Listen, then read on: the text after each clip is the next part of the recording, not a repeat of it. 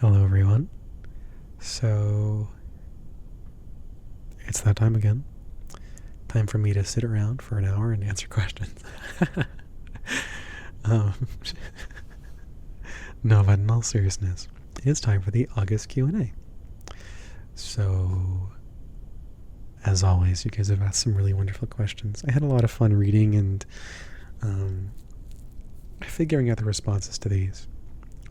As some of you may know, I do write down all the responses ahead of time, so I know what I'm gonna say, and I don't ramble too hard.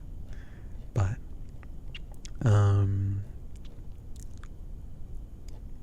that being said, I will still ramble. I have 8 pages worth of stuff to say today, but which is why I say I'm probably gonna be here for an hour. But thank you all, as usual, for giving questions. Thank you all for tuning in and being so supportive. Oh my gosh, you guys are fantastic. I won't blabber too much, but you guys are just really sweet. Thank you for being here and hanging out with me. So, in that regard, before we start, I will say if I missed your question this time, questions asked during June and July, and the very, very beginning of August for those of you on YouTube's. My deepest apologies. I did have some issues with my document where all the questions were being stored. I don't know what happened, but I checked a couple days ago, and some of the responses I'd made and questions that I'd been asked were just gone entirely. My best guess is that it maybe reverted to an old save.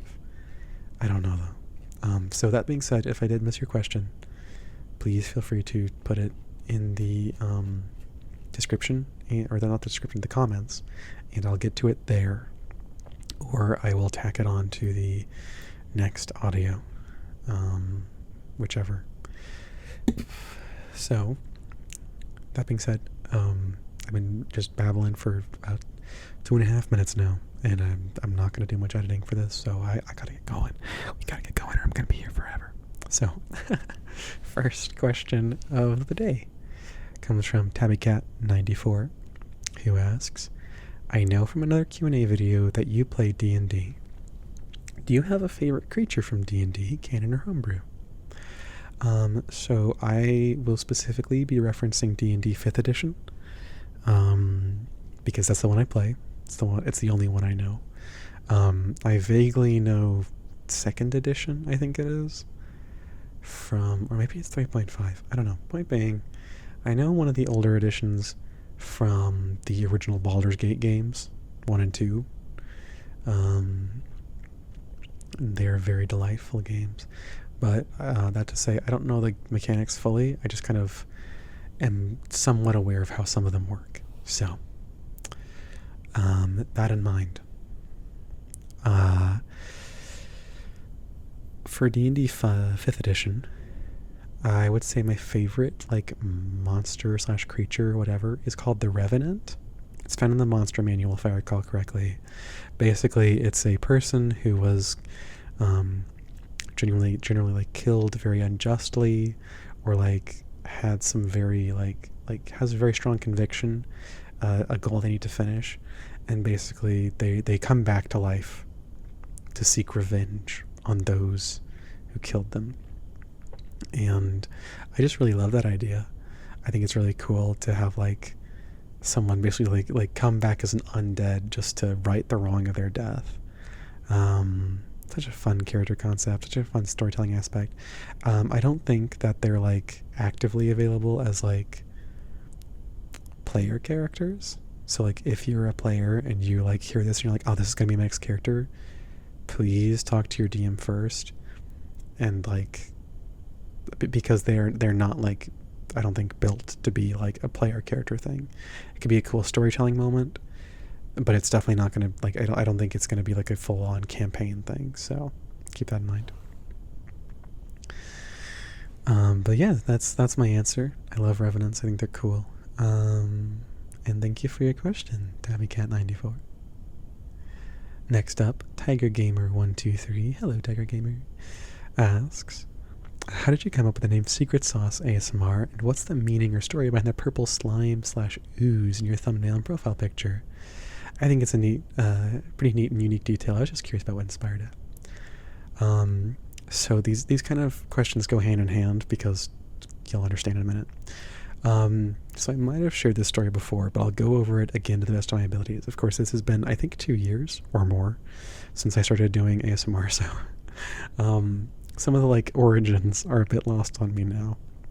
Those of you who have like a Wikipedia page or like a fandom wiki of like my life story would be able to answer this better than I can. But to the best of my recollection, when I was first making the channel, due to its particular nature as being more like risque and very much like a mix of kink and relaxation, I really wanted to pick a name that was both something I hadn't used before. So, you know, like, let's say, like, you know, my gamer handle or whatever, you know, that's like a teddy bear 420. I wouldn't want to call myself like Teddy Bear does NSFW audios or whatever. Actually, I think there's someone else who's like named Teddy Bear or something like that, Teddy, on YouTube. It's just like fun, also somewhat risque audios. Great guy. Go listen to his audios. Anyways, side tangent aside, basically, like, I didn't want to use something that was like a handle that I already have, especially not like one that would be easily located by my friends, because at the time, of course, I hadn't told them. I'll get to that later. But yeah, and then I also wanted to like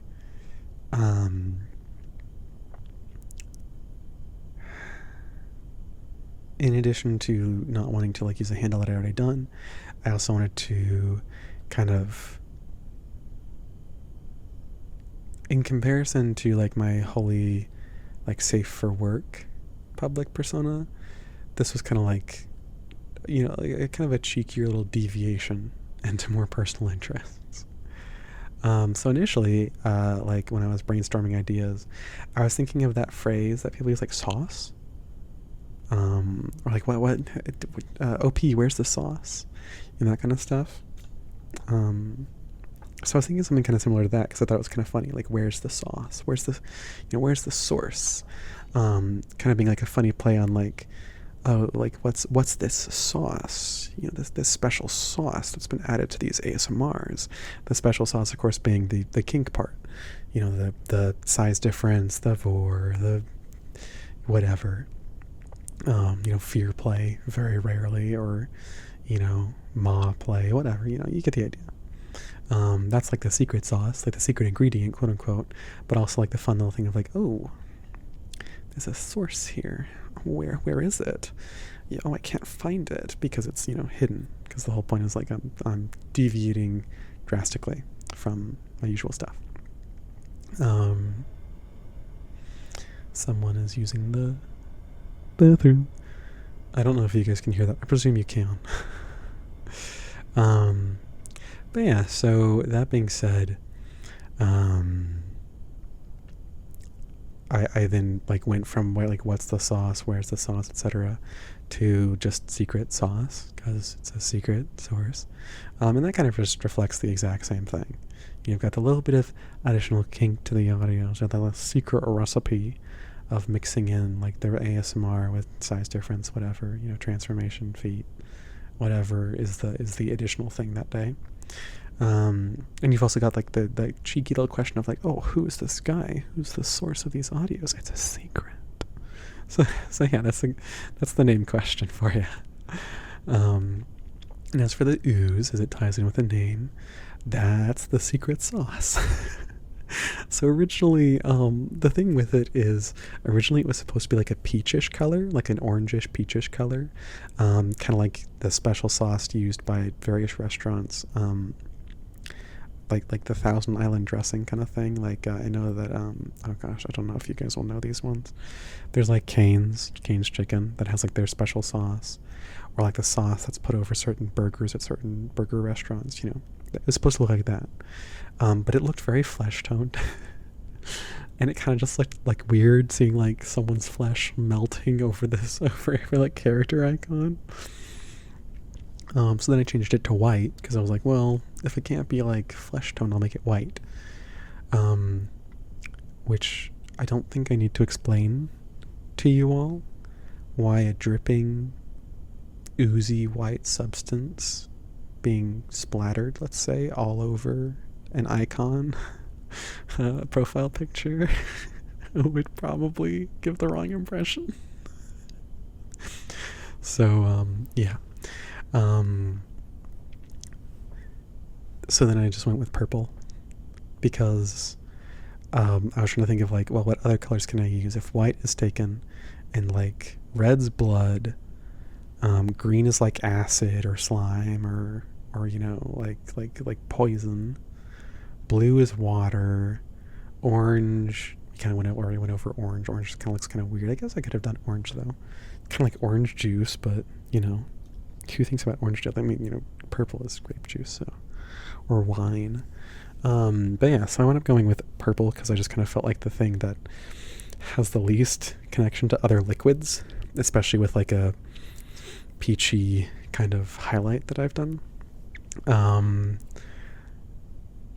And I was happy with that until multiple people all asked me if it was a latex kink thing. So my attempts to make my secret sauce safe for work failed miserably. But yeah, so there you go.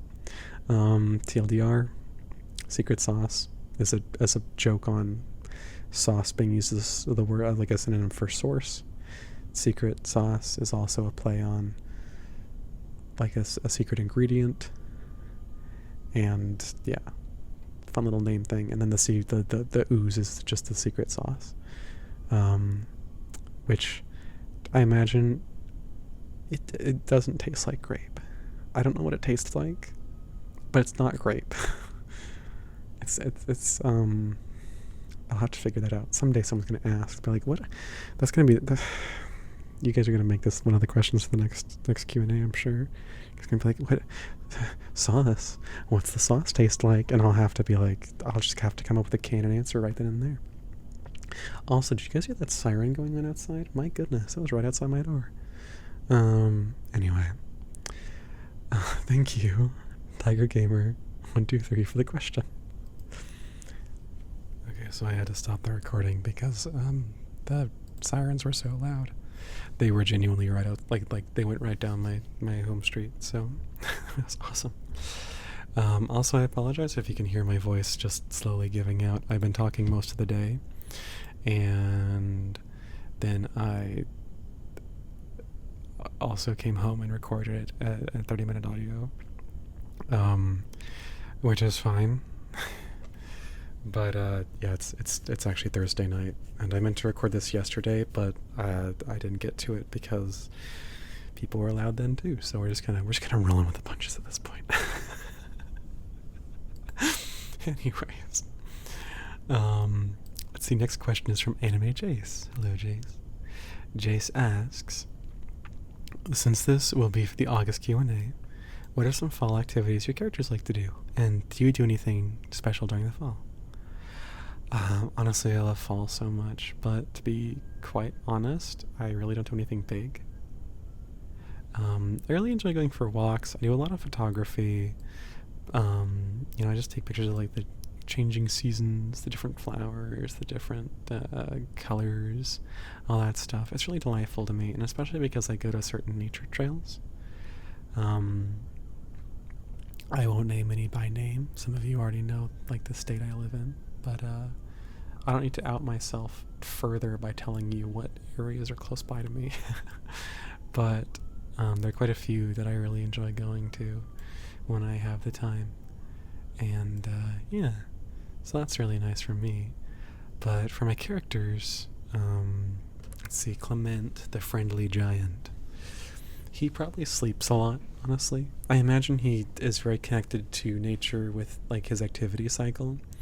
So like I've mentioned before how like his stomach has cycles of being active and inactive, which is what lets him swallow people without immediately turning them into nutrients. Um, but I imagine he also kind of is more sleepy and tired during the fall and winter seasons, especially during winter. Particularly because harder to find food, and he does need it still. But he does like to people watch, I imagine. He'll sit somewhere where he's not like just immediately easily spotted, and he'll just kind of watch people in the town. He is banned from being in the town during most holidays because of the incident a while back with Halloween and him scaring the crap out of people. But yeah, and he also enjoys making soups, I imagine. He's a soup guy any season, but especially when it's cold out, it's really nice. Chaudry, the chill mage, I imagine his season, like his favorite season, is probably just fall because of Halloween. People come in to a shop for magic, they come into it for potions, transformations, whatever. Plus, Halloween's kind of just a fun day. He can just go see the town at its weirdest. Really see everyone else's inner weirdo that he just kind of lets wild most days. Plus, foraging is a good way to get ingredients, and in the fall there will be different ingredients, so naturally he keeps up with that. Ryback, the cat boy, of course, he also goes for hikes. But I imagine he also likes to do volunteer work at the town's little autumnal village they make in the park. And I think he enjoys pumpkin carving as well, particularly because of his little claws. I imagine he'd be pretty good at getting some of those details and getting, the finer work. I didn't actually have anything written down for Aether, but honestly, I imagine they are very similar to Chaudry. They don't necessarily do the town stuff, but they do like foraging. They like spending time with their loved one. So, Hugh, the himbo Jimbro, loves going to fall markets, farmers markets, artisans markets, whatever. He's really a big fan of like the state fairs, that kind of stuff. Very much one of those people who just kind of likes being out and like spending money on his town, and and he has plenty of money. So, but he also loves bike riding, I imagine. Getting to coast around in his bike with his friends, put some tinies in his bike basket, see all the colors, all the sights. I imagine it's fun for him. And then Nathan, the chill mechanic. Imagine he loves a good haunted house. I feel like he's that kind of guy who's like, if he likes, if it's a good haunted house and he gets scared, he's like, yes, this is great. If it's a bad haunted house and he's just likes camp the entire time, he's just laughing at it the entire time. He's enjoying himself either way. And in that case, there is like one in his hometown that's like really, really bad, but like endearing because of it. It's one of those, like, you can tell these people really care, but it's also definitely just like the oldest house in the town that the family just kind of like says, make it look scary, and then people just bring whatever decorations they have, kind of slap it together, wear really obvious face paint, stuff like that. And I also imagine they've got a little small pumpkin patch probably nearby that he attends, usually join in the hay rides, maybe go to the corn maze. He's one of those people. Let's see, next. Thank you for your question, Jace. I appreciate you. Next, Hales asks, hi Sauce, I hope you're having a wonderful summer. I am, thank you. Number 1, what inspired you to make the reunion series with Hugh and Nathan? So it's been a part of Hugh and Nathan's lore for a while that they're connected. Friends turned strangers. While their initial story was kind of different during Nathan's early development, where they were kind of more like rivals, like school rivals or sports rivals, I really enjoyed the idea of like two people who, for very selfless reasons on both sides, parted ways. Hugh didn't want to force Nathan into a situation he'd be unhappy in. Don't want to force him to go to college and then have him fail and then like have him feel like he's ruined something. And meanwhile, Nathan doesn't want to force Hugh to stay in this little podunk town where he can't follow his dreams and also kind of get away from his family. And kind of in that moment, due to both feeling particularly sore about their choices, they lost contact with each other. Hugh thought that Nathan must not like him because he abandoned him. Kind of just told him, like, fuck off. And Nathan feels like Hugh doesn't like him because he left. And, they also kind of feel like they made each other hate each other. And in fact, neither of them actually did.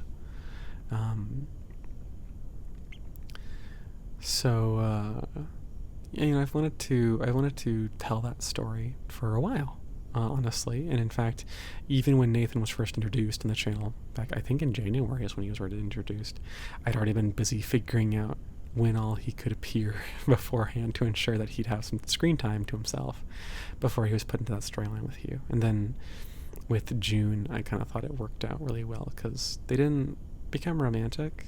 Of course, Hugh has a partner, which is you. The listener are his partner, canonically. But they became friends again, and they're working on that. Question 2, will we ever see Hugh and Nathan together in another audio? More than likely. They are slowly working on rebuilding their friendship back to the way it once was, so I imagine it'll be featured together at a later point, whether as like a cameo or, another audio series starring them or something. I don't know. Something will happen. Of course, that being said, 2-person audios do require quite a bit of work, but c'est la vie. I'll make it happen. Question 3, do you prefer being on the highway or back roads? Honestly, both have their merits, but I don't mind highways. I think that they're very useful, but honestly, for me, back roads are just usually the prettier ones, so I will take back roads most of the time. Now question 4, do you enjoy amusement parks? To be entirely honest, not really. I'm not typically fond of places that are like, for lack of a better put it, like pay to have fun places. Arcades, amusement parks, movie theaters, that kind of thing.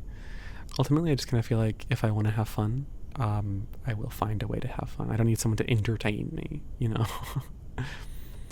But if I go to one, I will not be angry the whole time, but it certainly isn't my first choice. Question 5, and I believe the last one from Hales. I recently got accepted into college, and I'll be starting in a few weeks. I'm really nervous. Do you have any advice you could give me? Oh boy. So, first off, best of luck with your college endeavors. I'm sure you will do fantastic. The best advice I can give you is honestly use the resources at your school. I know mine had specific places where you could take your essays or projects or whatever, have someone look over them, a writer or a fellow teacher, whatever, and help guide your work. They could point out things that aren't really clear, if you left sentences that are strangely worded or, that don't make the subject clear on them. They could offer you ways to make your point that you're trying to make stronger, or things that could let you, if you're doing like a research paper rather than like an argument, having something where they could point out ways you could like further delve into your topic, things like that are very incredibly useful to me, in my opinion. And of course, there's a library as well. At my school, there were also like public celebrations with like free food, places you could print stuff for free, and even like lectures and labs that like anyone could attend, and it would just be shown like new things that I never got to try before, 3D printing, cyanotypes, that kind of thing. So I would definitely suggest keeping up with that at least a little bit, just so you if nothing else, you can get free stuff. There have been many times where I got free pizza because they were like, oh, this is a celebration for this thing, free pizza. And so I was like, fuck yeah, I'll get free pizza. Also, something I wish I'd done sooner was honestly taking my English courses. I didn't take them until like my second to last year. The professor I taught was really good about teaching about how to make a good essay, which not shockingly would have helped me with my previous 3 years of classes. But one of the things especially that I learned were what my professor called shitty first drafts. Unironically, the term that she used. Basically just, getting something out onto paper for the sake of having it out onto paper, allowing for poor grammar, jumping off topic, even phrases like, I don't know, expand more here or whatnot, just anything that gets you from point A to point B. And at the same time, also,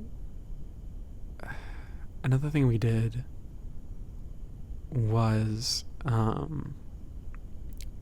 basically just the same concept, taking 5-10 minutes, you're setting a timer and just writing, basically with the purpose of just putting stuff on paper. You don't have to use your backspace, you don't have to make it perfect grammar, perfect spelling.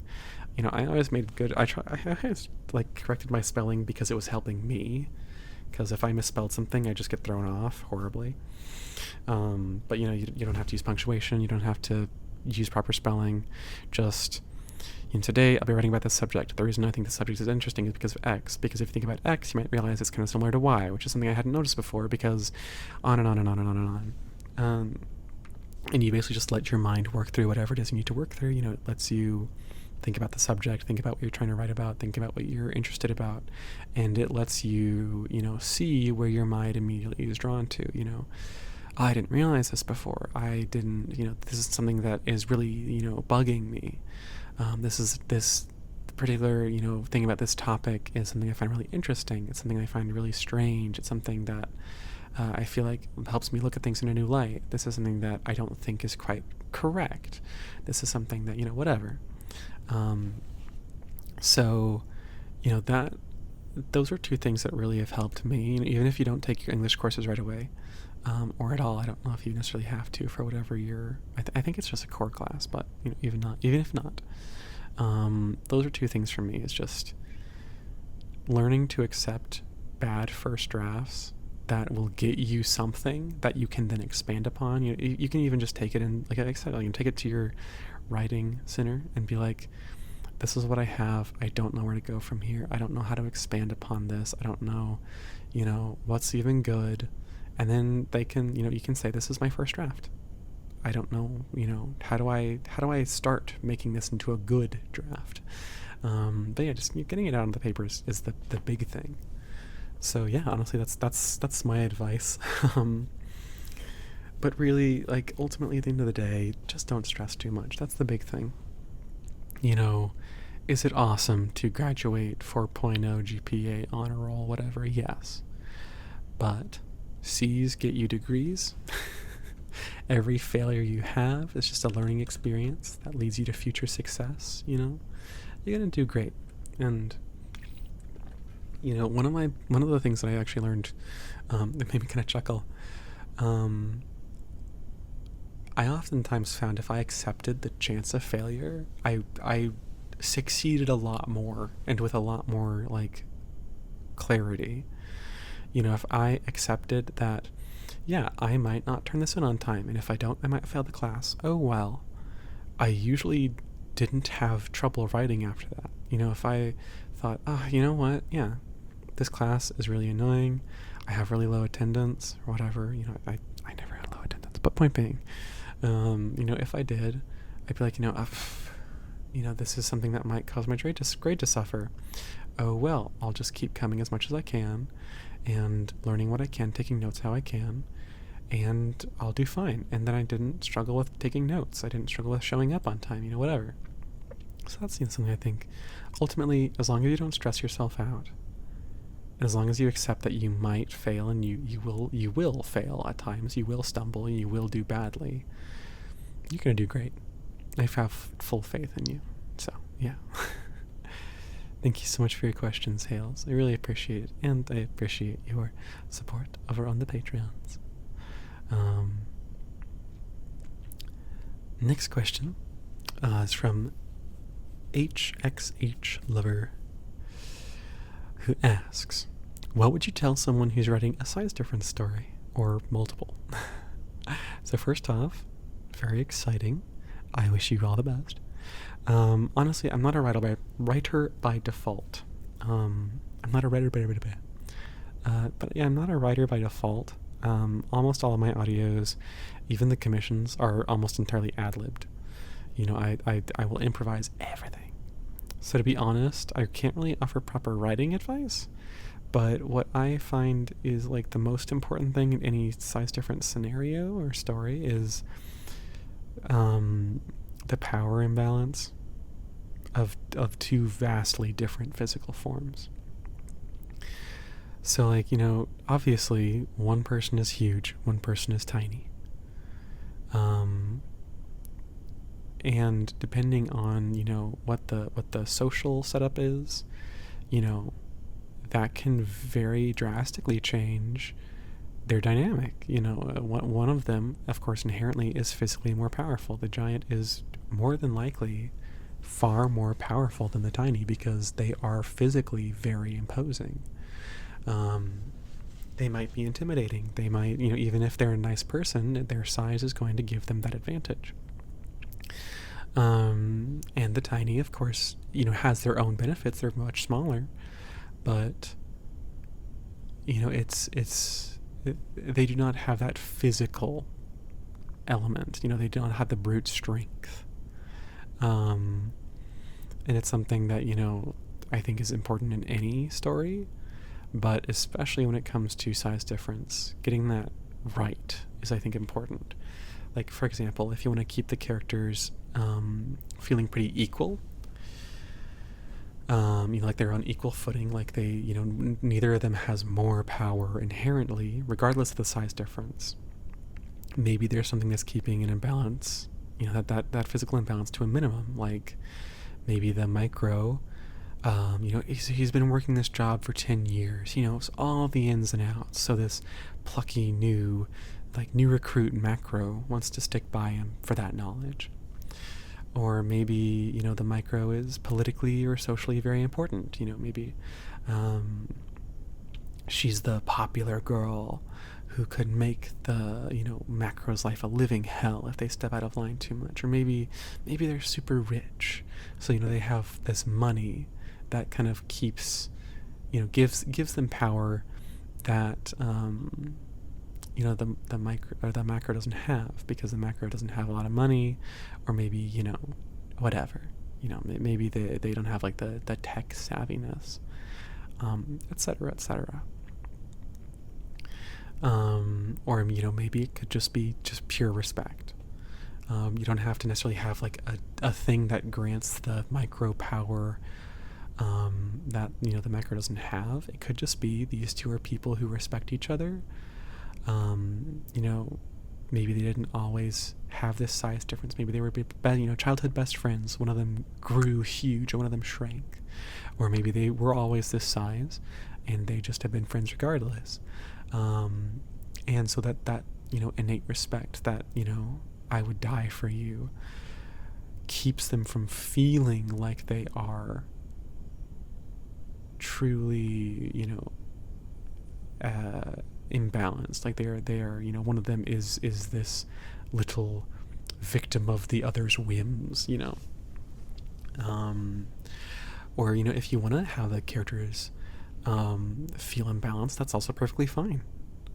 But then kind of for me always remains the question of like, how does that play out? Obviously fluffy scenes of giant cuddles, or scenes of fluster and dominance are absolutely valid. If you just want to have your story mostly being that's perfectly fine. Obviously, if you're writing a romance, you don't want to add a murder plot. If you're writing, cozy slice of life coffee shop AU, you're not going to have Cthulhu ending the world in the background, or maybe you are. I don't know. Write what you want to write. But that being said, even if for me, when I try to think about it, I try to think about the behind the scenes. Even if my story is primarily fluff, I try to think about, like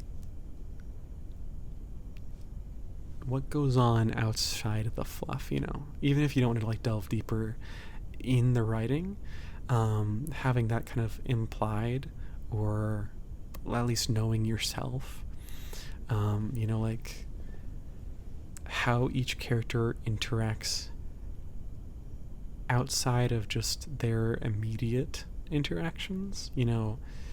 How does the micro interact with the massive world around them, or how does the micro interact with people who are their size in comparison to someone who is so much bigger than them?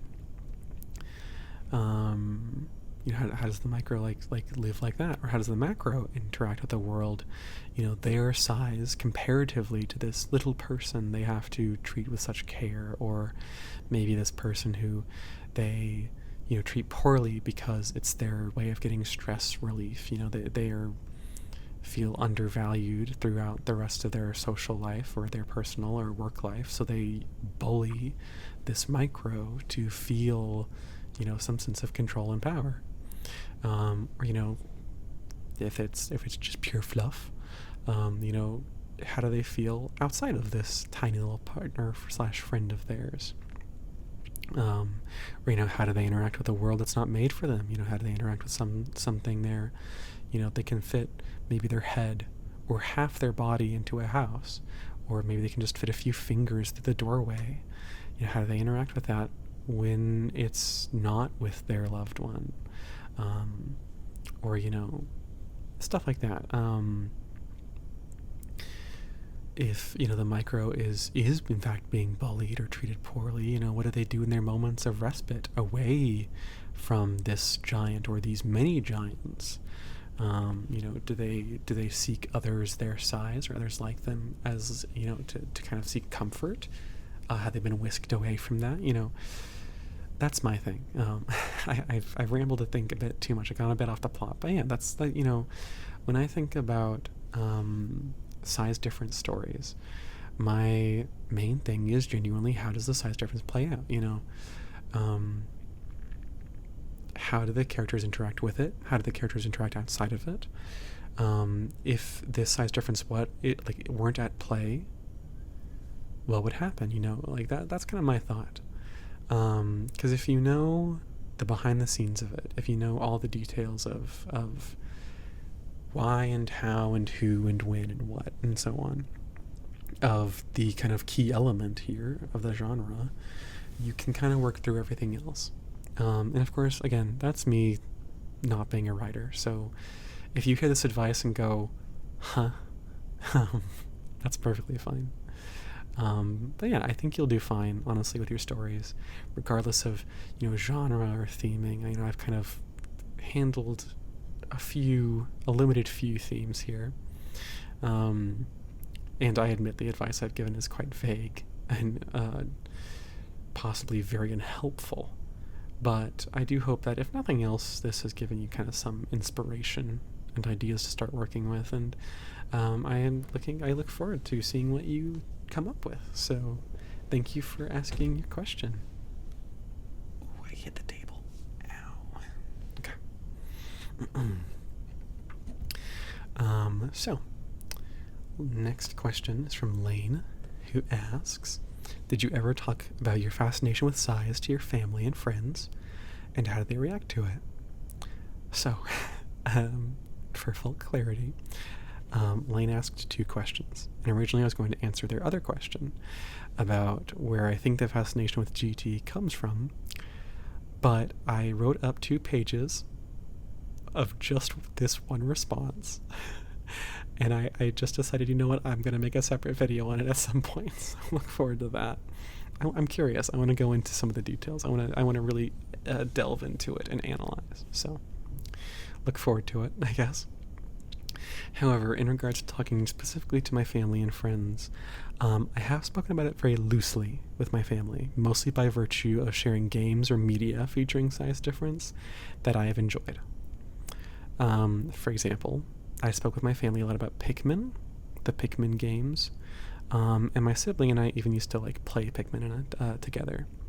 So in those cases, of course, I didn't really talk about the size aspect, so much as how I think the style of the game really works with such a fun perspective. It's Pikmin's already about controlling a bunch of little people, little alien people, and being in a kind of familiar yet unknown alien world.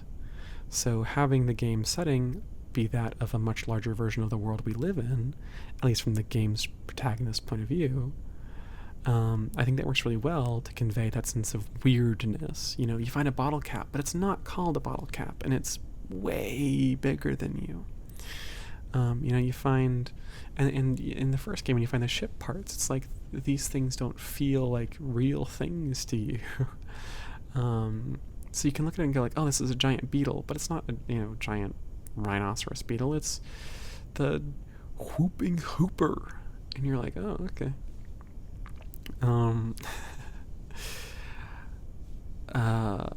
Back on topic though, sorry. I have also, like, on occasion talked about, you know, to my family, talked about wanting to get like furnishings or clothes that looked like repurposed objects that are much larger than normal. You know, like chairs that look like toadstools, or thread spools, a scarf that resembles a tape measure, a lamp that looks like a pencil with a thimble on top of it. Though, again, I usually come at these sort of conversations from their perspective of, like, it's an aesthetic I really like from media I enjoy, and it makes me feel like a little fairy, a little magical being, a little gnome. And I think it'd be fun to, like, use that as inspiration for my house, rather than saying, like, I really like being perceived as microscopic, you know, to the point to where I could sit on a mushroom, I could eat on a table made out of a ribbon spool, I could, you know, cook on a stove that's just one of those little tea candles stuffed into a Dr. Pepper can. You know, I very much come at it, you know, from a perspective of, like, aesthetic, rather than I want it to be small. I don't want things to be big. So with that in mind, I will say that, like, my family's reactions have been very positive in that regard, but I will also say that I suspect it's primarily due to me explaining it as more of an interest in particular medias or aesthetics that I happen to like, in addition to, like, the theming of being small. You know, I have not personally gone over, you know, my fascination with being huge or being tiny. You know, it's always just, yeah, I think it'd be cool to do model houses. No reason. Yeah, I do think it'd be fun to, you know, I do think it'd be fun to make my room look like it's a little bird's nest. Just for shits and giggles. Yeah, I would like to, you know, I would like to paint my walls to look like the inside of a matchbox, and have little, you know, a rug that looks like little matches on the ground. Just because it'd be funny. Anyways, as for my friends and their loved ones, I have spoke rather early on into my boyfriend and I's relationship regarding all of my interests, for obvious reasons. And he's been very accepting, which is pretty obvious, I imagine, since I don't think I could have a relationship with someone without that acceptance. And my very close friends are also very much aware of my interest in size difference and for both, which they were very accepting of. Though, kind of similarly to my family, we don't usually talk about it in depth, unless it's for, like, a particular media or aesthetic purpose. You know, if they're not into it, and they appreciate that I am, and I appreciate that they're not, you know. Like, we very much are, like, fine with it, but I'm not gonna, like, sit down and yap to them about how much I want to take all my friends and to shrink them down, put them in a little bird cage, and watch them for enjoyment. So, but yeah, that to say, if you are thinking about having a conversation with you or a loved one about your size difference, enjoyment, whatever that be, I would definitely say my experience has been talking about it in aesthetics and in medias is really good. Talking about it directly in the sense of I want to be small is probably something you should say for only people who you know are already going to be accepting of that kind of stuff. The only reason I spoke with my friends about it was because we had spoken about their interests in the past, and that kind of snowballed. So, yeah. Thank you though for your questions, Lane. Like I said, I do really want to talk about the other one as well, the source of GT enjoyment, but I'm gonna save that until I can really talk about it properly. But thank you for your questions. Let's see next. Oh my gosh, I'm so sorry. I rambled way too much in these, I think. Anyways, Kawilfi Audio asks, if you did a collab ASMR with someone, who would it be? I remember listening to a few of your videos that you voiced as different people in the same audio, and I would think that you did separate short recordings of them and had them combined. But would you want to collab with another ASMR artist? I will not go over how I actually do the two-person audios in depth because it's a bit embarrassing. Actually, I'll just go ahead and say it. Basically, I will record the script from one person's perspective, because I have a script, of course. For those specifically, I have a script. And I will just read silently through the other person's parts while doing that to make sure I have the timing generally correct. And then I will record the other person as the second dub. So it's more or less what you said, just with extra steps. And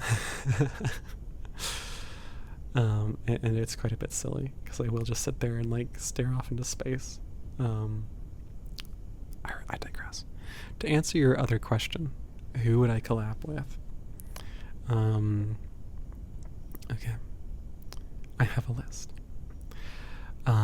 First, of course, I've already had the immense pleasure of collaborating with a friend of mine for an audio. That is Rui, the voice of Ross, the tiny jock. He's so cute. Both Ross and Rui, of course. But as for other people, other audio creators, ASMR artists, whatnot, Sibylline Sounds, of course, does very similar work to my own, I think, in regards of theming. Though I will say I think their quality of their work is quite a bit higher than mine. You know, I do this as, ASMR, so I try to keep it kind of, relaxing, very, very minimal, I think, in my sound effects, etc., just because I don't want to jump scare people.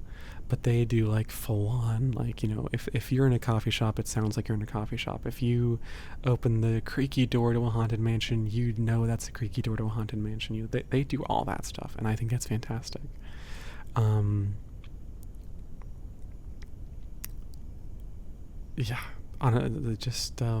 If I ever got to work with someone and I get to work with them, that'd be fantastic. Plus, of course, they have an amazing voice.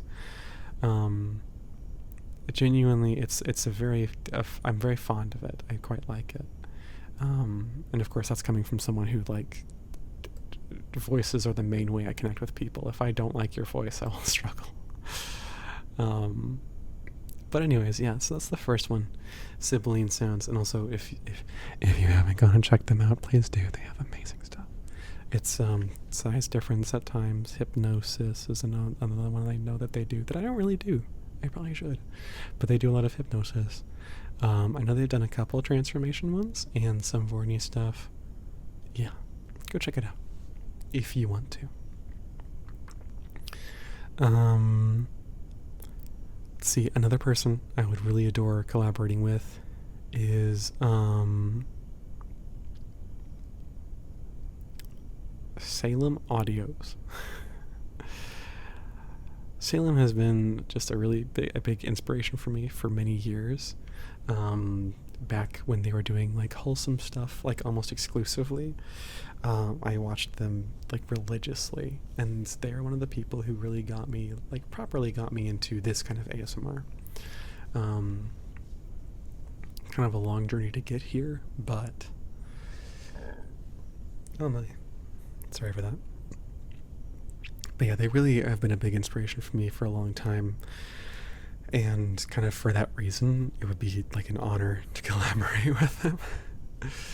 I don't think they're interested in size difference or the like, so unfortunately that particular collaboration will almost certainly never happen. But because of like just how lovely and delightful they are, and also kind of them being the catalyst for me getting properly into these kind of audios. It would be a dream to do that. And my last one that I could think of, well, I know it's just as unlikely as Salem. I do think it'd be really fun to do an audio with, I want to say their name is WB Dubs or Wubby. I don't know if it's like WB or just Wubby. I'm very sorry. I don't know how to pronounce this name. But their voice is really delightful. And while, if I recall correctly, they aren't a huge fan of ASMR specifically, I do think it'd be fun to work on an audio of some sort one day with them if we both get the opportunity. So, yeah. That said, if any of the folks that I've just listed are listening to this audio currently and would like to collaborate, please let me know. Please reach out. I'd love to collaborate sometime. Yeah. Also, bonus comment that I would love to collaborate with like so many of my friends. I'd love to have Rui again. My lovely buddy Sasha. He has an amazing voice. I wish you could all hear it. Those of you who are active or were active on my Discord back when it was my Discord and I didn't pawn it off to my friends and say, please handle this for me. I can't. But those of you who are on there, you probably have heard his voice and it's fantastic. I love it. And of course also my boyfriend, I'd love to have him on here as well someday. And a few folks who I know don't listen to my audios, so I won't call them out by name. But yeah, I'd love to include my dearly beloved friends and folks in my goofy King Positive ASMRs. So yeah, thank you for your question, Kawolfi Audio. I really do appreciate it. Let me see. Next, Cyrith Douglas asks, what's your favorite dinosaur? And I'm afraid this might be the shortest answer to this entire Q&A, but please rest assured, it's not from a lack of thought. I have genuinely spent weeks trying to figure this one out. And even up to now, I'm not entirely sure, but I think I'm going to go with the Stegosaurus.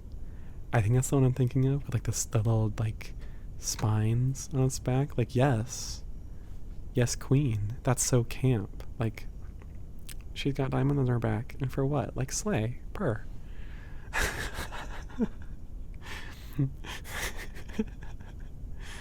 But yeah, thank you for your question, Cyrith Douglas.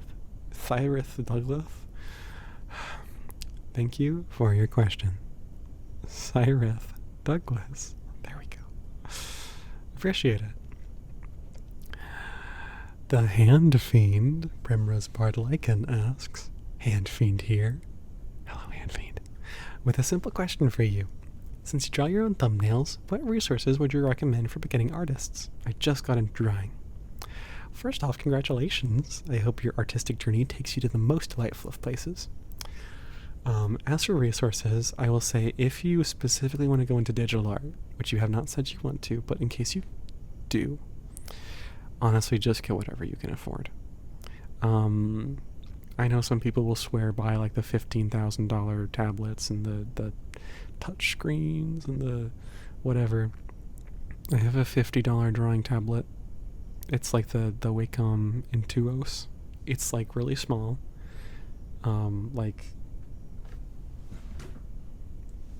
Yeah, if I stretch my hands out, my fingers will go over the edge of it. I could pick it up with my fingertips. So it's not very big. Does not have a touch screen. Does not have like a screen on it. It is literally just a tablet. And then I stare at my screen while I draw on it, which feels weird at first, but you'll get used to it. And then I use Clip Studio Paint because it's a one-time purchase. Or it can be. It can be. It doesn't have to be, but it can be.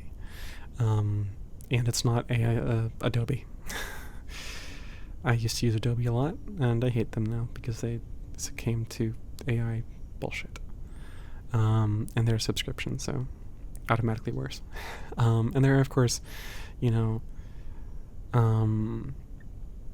like hundreds of artists online who are more than capable of teaching you the basics of like any drawing program you want. Krita, Clip Studio. If you do want to use Adobe, there's Adobe. There's other ones I'm sure I'm missing. Procreate, I think, is one of them. I do not use it, but I know friends who do. But yeah, honestly, like, if you just want to, like, if you want to do digital art, that's my recommendation. Just use whatever you can afford. Do not splurge, because in my opinion, you can learn to make cheaper stuff good, but expensive stuff will not automatically make you good. Does that make sense? Okay. However, when it specifically comes to, like, just learning to draw, especially like with traditional art, I will say I'm pretty heavily school taught in that regard. I was fully capable of drawing some decent art pieces up until I entered college, but it was mostly mimicking other people's styles. I would look at DeviantArt was a big one for me, but of course now it has AI stuff, so I don't know if I can recommend it anymore. But back in my day, I did a lot of DeviantArt. I'd look at artists I really like and see how they did their art, and I would try to emulate it. Both, I did my art, sketched it out on paper first, so I could do it traditionally and digitally. But when I entered college, I began taking classes to, like, understand composition, figures, gesture sketches, etc., and that really helped me out in my journey. And I would say, if you want to learn anything about how to draw people, gesture sketches are the way to go. Like, when you make a hand gesture, and so that's gesture. I feel like I always say it jester. So just before perfectly clear, it's not jester, it's gesture, sketch. Those are definitely things that I think that would help out pretty much anyone. They are basically just, for anyone who isn't uninitiated, basically just quick sketches to identify, like, the posture of someone, the body movement of them, limb placement, etc. Basically just kind of helps you sketch out what a pose is in its barest of forms. And it's absolutely a boon. I would also recommend, if you want, like, people, Likelihood Art on YouTube is really great at teaching, in my opinion. And a friend of mine, I actually asked around for you. A friend of mine who's also an artist has given the suggestions of Modern Day James, BAM Animations, BAM, and Bobby Chu. They're all very good artists to start learning from. And of course, just trying to mimic, recreate your surroundings and yourself. Taking a picture of yourself to use it as a reference for sketches, or taking a picture of, something you think is particularly interesting. Great references as well, just if use what you know. Of course, outside of just pure resource advice, I'm sure you're already aware.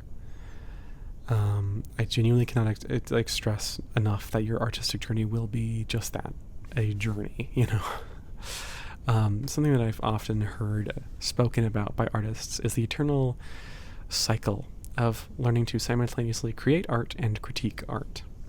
Because, you can't learn to improve what you're doing without knowing what you're doing wrong. But you can't improve upon what you're doing wrong without knowing how to create something better than what you were doing. So it will be something of an endless cycle of switching between, oh my god, everything I make is amazing, and oh my god, where did all my talent go? And you will be undoubtedly just stuck in that for a very long time.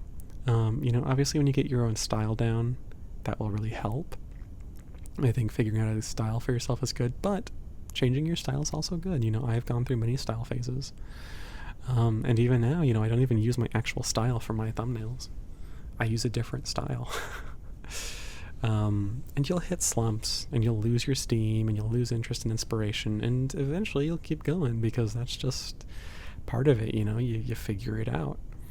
And eventually you will look back on your masterpieces of old and go, oh wow, I can't believe I thought that was good. I was so naive back then. And you'll look at your current masterpieces and be proud of how far you've come. So, yeah, I hope that was inspiring and not not horrible. And I hope this has helped somewhat. I hope that the artists I've listed help you out. I hope that the suggestions help you out. Hope it goes well. And I wish you all the best on your journey. And if you do manage to get into some art classes, obviously you can go do art classes in college, but you do not have to wait that long. You can also do, I know there are plenty of places that will have just art classes. A teacher will come in and say, here's how you do figure drawing, here's how you do still life, here's how you do chiaroscuro, here's how you do charcoals, here's how you do pastels, here's how you do oil paint, whatever. You can easily find, I won't say easily because I don't know where you live, but you'll be able to find them pretty, you can find places that don't have to be going to college. You don't have to enroll for university just to become a better artist. So yeah, I hope that helps you out, Hand Fiend, and thank you so much for your question. Next up, Ethervan asks, did you expect for people to become so enamored with your work? Your channel is one of great comfort for me, and I just wonder how much you thought it was possible. Oh gosh. Honestly, I hadn't really expected folks to like it as much as they have. I do think to a certain extent that I knew folks would like the audios I make. And to a very small degree, I kind of was hoping that it would become very popular. Obviously, I can't be the only person who likes the audios I create. I can't be that unique. And especially seeing, other people who do one-off audios, oh, I'm a giant and I give you pats, or you're a borrower, I found you in my basement, whatever, and seeing people be like, please do more of this. I knew I couldn't be the only person who likes what I make, but this whole channel was made because I got burnt out of doing normie ASMR, the clean stuff, the sterile, whatever. And I wanted to make ASMR that felt true to myself on a channel that nobody I knew. Stuff that I liked, stuff that I was this is something I would fall asleep to. So stuff even now I try to keep that in mind and try to make stuff for an audience that's like me. And I think that kind of core focus of I want to make an audience that I would like kind of makes it hard for me to realize, in a sense, just how many people like it, because it's well, this is stuff that I like. What do you mean other people like it? So yeah, I think to a small degree I was hoping for it, but I don't think I ever truly expected it. Maybe I'm wrong. Maybe there are receipts somewhere that have me stating that. I don't know, but I don't think so. Let's see. Thank you for your question, Ethervan. I really appreciate it, and I really appreciate your kind words. Okay, let's see. Next up, we've got DTR Car. I'm so sorry if that's not how your name's pronounced. But they ask, I've noticed in some of your audios with the Friendly Giant, you've been calling us, the listener, Mike. Who's Mike? So this is actually a really easy answer. Those audios were commissions, and the particular client who had commissioned them had said in the commission form that they would like for Mike to be the listener's name. I allow commissioners to choose the listener's, name, gender, race, pronouns, whatever. Or species, I should say, not race. Speaking in D&D race terms. But that in mind, I let them create their own listener as they wish. Not everyone does, but in this particular case, the client stated that they wanted their listener to be named Mike. So that's what I did. And, outside of commissions, obviously, I try to keep the listener as ambiguous as possible, unless it's for specific storytelling reasons, such as making it clear that, two listener characters are different from one another, stating, oh, this one works at a gym, this one works at a coffee shop, whatever. or if I want to imply that a particular audio features one of my own characters, like with the ones that the Reunions series that came out in June. But yeah, in this case, to just reiterate the answer to your question, it was just a situation of that particular audio being a commission where the client requested a specific name. So Mike is not any particular character, it's just that particular commissioner had wanted that name. I won't say that was that particular commissioner, but it was the name they requested. So thank you for your question. I really enjoyed answering it. I'm glad I could clear that up. Next, Ella Edits asks, why did you decide to start making these audios? I find them very comforting and look forward to them every Monday. So I did like semi-answer this, but I will go into a more in-depth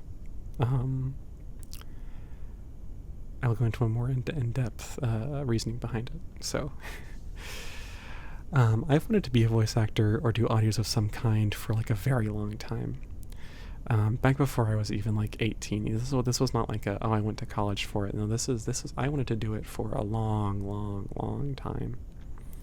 And a passion of mine has also, in addition to audios, been stopping whoever is dealing with the bathroom over there. Sorry. But it has also been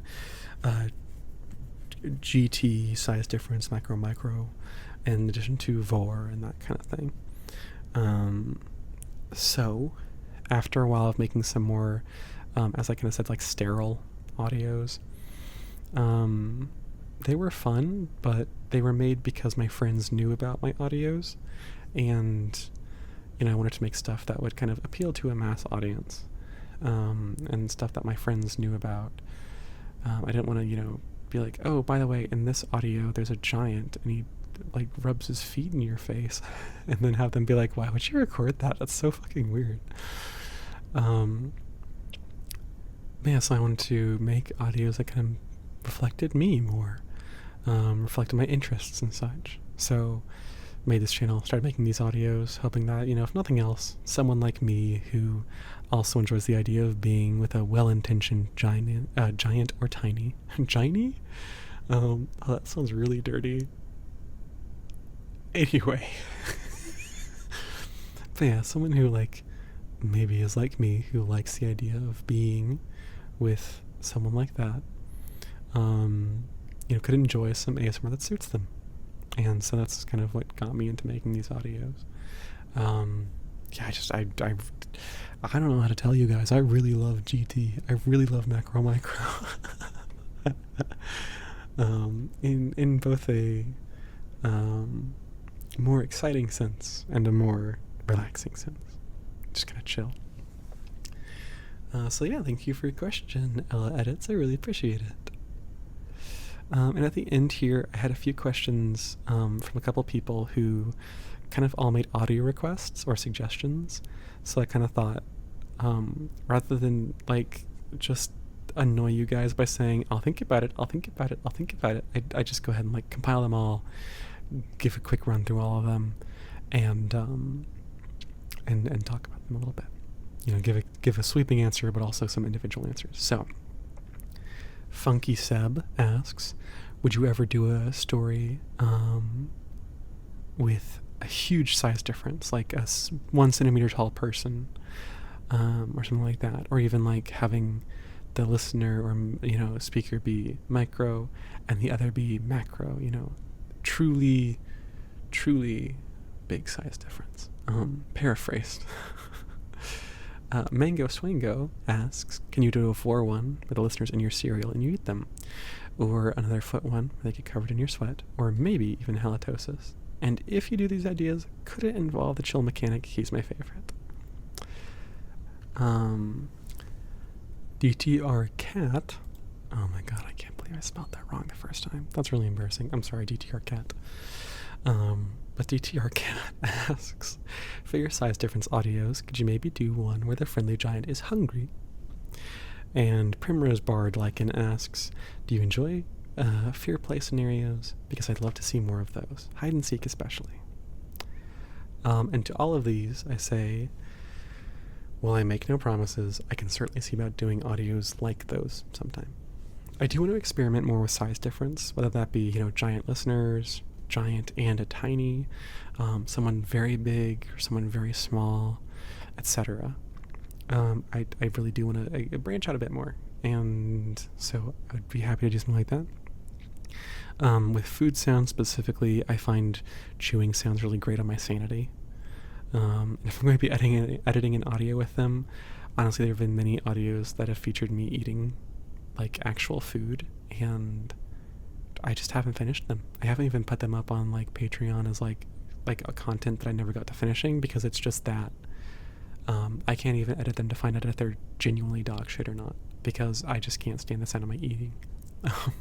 But feed stuff, breath play stuff, probably doable. And I could also probably see about getting like maybe a tiny mixed up in like a meal or a drink, possibly like something like that. And of course, I'm always happy to do stuff with hungry speakers, though I do try to give a bit of space with each one. I do think that doing something with the friendly giant being hungry is doable. And finally, with fear play, I can certainly try.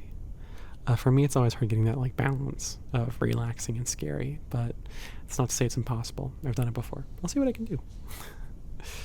Now, of course, I will say when I'm recording audios, I make them for myself. Obviously I do record audios for you all. You're my audience, and I want to make you all happy. But at the end of the day, doing these audios on YouTube is really a hobby more than anything, because I don't make any revenue off of YouTube. It really is just kind of a hobby. It's something I do because of the enjoyment of it. So that to say, I want to make sure my hobby stays enjoyable. So oftentimes, if I get a request from someone and I don't do it for a long period of time, it's just because I haven't found the inspiration for it yet. But more than likely, I will get around to it, because it's just a matter of waiting for the inspiration to arise. Waiting for, this would be a great, scenario. This would be a great audio. This would be a great, character moment. At some point, I probably will sit down and go, you know what? I really want to do an audio where the chill mechanic takes his boots off and he just full on smothers you in his feet. I will probably get an audio where Clement, the friendly giant, he's just starving and he's salivating over you. Or, an audio, fun fact, I actually recorded one somewhat recently. I'm not sure if or when it'll ever be released, but it did have some vague fear play aspects into it. So, maybe that's a sign. Maybe it's a sign that I'll be able to do it again soon. Who knows? I don't know. But yeah, so that to say, while I give no guarantees on if or when they'll ever be completed, because these are, ultimately at the end of the day, they're suggestions. They're not guarantees that I'll do it. And I really want to make sure that, as my hobby stays something I enjoy, and not something that I feel like I have to do. Which is, let me just clarify here.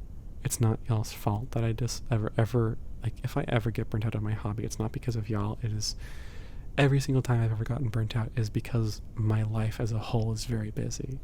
So just before y'all worry and think like, oh my gosh, are we making him hate this? No. Absolutely not. Every time that I get burnt out, it is because I'm stressed for other reasons. And so that to say, that's why I don't often do requests or suggestions. It's just because I want to make sure I'm in the right headspace. I want to make sure I'm in the right mood for it, where I can sit down and go, yes, this is like a delightful idea. I really want to do something with it. And I don't just sit there and go, I guess I'll just churn out the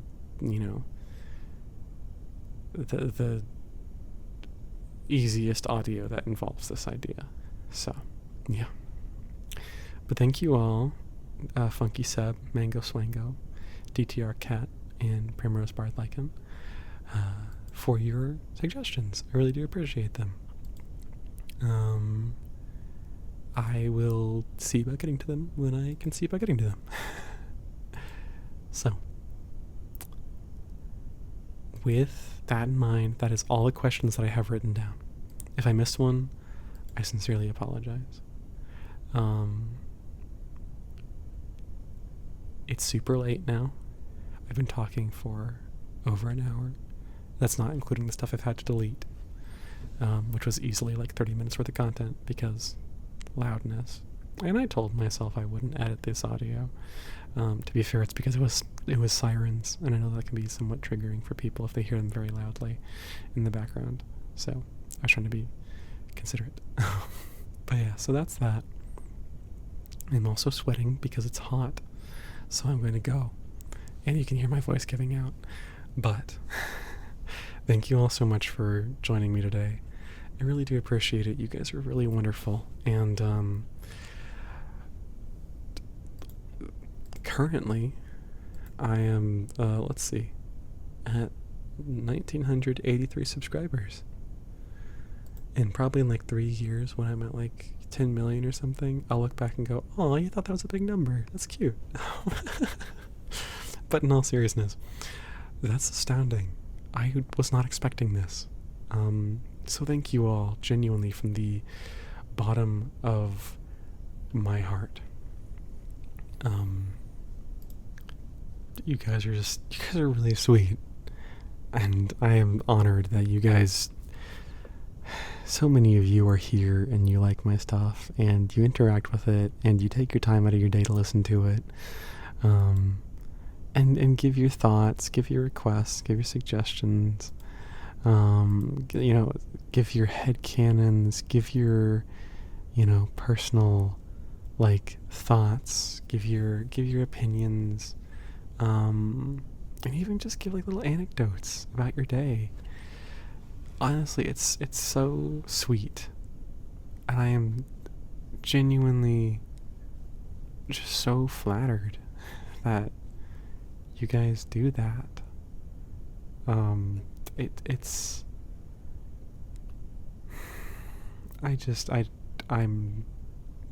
floored. So thanks for everything, genuinely. I will continue to forever be grateful for you guys, even when I am busy, even when I am tired, even when my voice is getting out. Really great timing on that. But yeah, even when my voice is giving out and I'm just like, oof.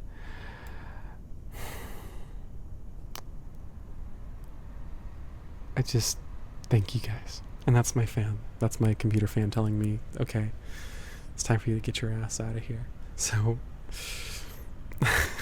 thank you for sitting through this. I really hope you guys enjoyed the questions and answers. And I will see about, because I wasn't really expecting a 2,000 subscribers thing anytime soon, I will see about possibly doing an in-character Q&A sooner than I was planning initially, so that we can celebrate, because that's what I've done every other time I've celebrated. Let me know what you guys think. I'll put a poll or something on my community tab at some point, I'm sure. But anyways, thank you guys. Goodbye. I love you all very dearly. I hope you have an amazing, amazing, amazing, amazing day.